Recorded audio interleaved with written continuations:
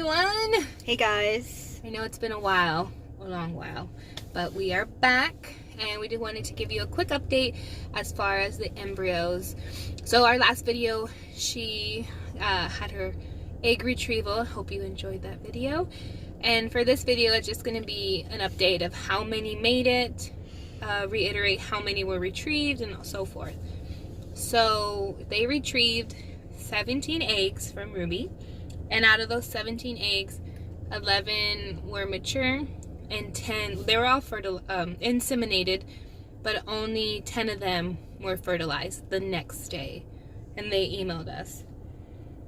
And then the next update for them, our embryologist emailed both of us, was day 3.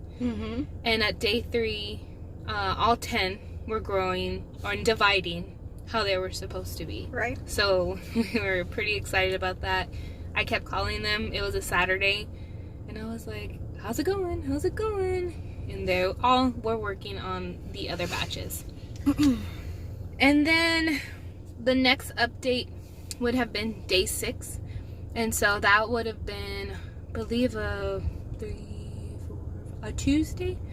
But on day 5, I was surprised to get a call from the clinic, and when I answered it, it was our RE doctor, and was surprising to me because she never calls. It's either the nurse or we'll get an email from the embryologist. We don't even get emails from her. It's always the nurse. We just see her and she does her thing. And so when she called me, I was really surprised and I thought something had happened, but she said that she had such great news for us, and she thought she'd call me personally, and she said that they were able to biopsy and freeze 6 of the embryos on day 5 because they all made it to blast. And so she was real happy about that, and she said that even if the other ones didn't make it, she felt confident with these 6. So that was unexpected news, and I was super excited, but I still wanted to see if there was going to be more potential for more to be frozen. So day 6 happened the next day, and our embryologist emailed us, and they said that they biopsied and froze 6 of them on the day 5, and they were able to biopsy and freeze an additional 2. So that's a total of 8 that made it. So we decided for us that we were going to do PGS testing, and that's just they take a few cells from the embryo and they send them out to go get tested to see if they're normal or abnormal. And that's a personal choice for us. I mean, there's couples out there that don't do it, and to each their own. For us, we just wanted peace of mind, just to know like we did everything possible for a better chance. And also my age, I'm over 30, so yeah, just to make sure. And insurance covered the biopsy part. Our finance person told us that it was covered, so we were grateful for that, because that would have been an additional $1,500 and pretty pricey. Yeah. And so they said they were going to be shipped out, the cells that were biopsied, and we would know between 7 to 10 business days. And when I was so impatient, I mean, like we said, it's nothing but waiting, and this was another almost 2-week wait. So when 7 days happened, I gave it some time. Then 10 days, we didn't hear anything, so I started emailing our embryologist to see what was going on. And then I got a call from a nurse. I was at work, and I was so excited because I was like, all right, they're gonna call and they're gonna tell us how many made it. Yeah. And she was saying if I had signed a waiver for them to release the results. And I told her I haven't received anything, and she's like, well, they emailed you. And I was like, well, what's the email? Well, it turns out they gave them the wrong email. And I was so upset that day and frustrated, and I was like, she said, we'll get on it. She's like, we'll email them, we'll give them the right address. And they did it really fast, but I was just so upset, and they made an error, and I could have had these results sooner. Right. But maybe a few days later. Yeah, it was like 14 days later. And they emailed me, and I could sign it electronically just myself. And then I called them and said, I just filled it out. Can you tell me what's going on? And she says that she updated my file, and she said that the clinic will find out. And then within like an hour, the clinic emailed me, and they told us the results. And so, drum roll, please. Out of the, the 8 that made it and got biopsied, 6 of them came back normal. Yay! It's probably the day 5 ones, but yeah. Yeah, so 6 out of the 8 came back normal, and we are very pleased with that. Like, we were expecting at least to get 4 out of it. We were hoping for 4. So we're blessed for 6 of them to come back.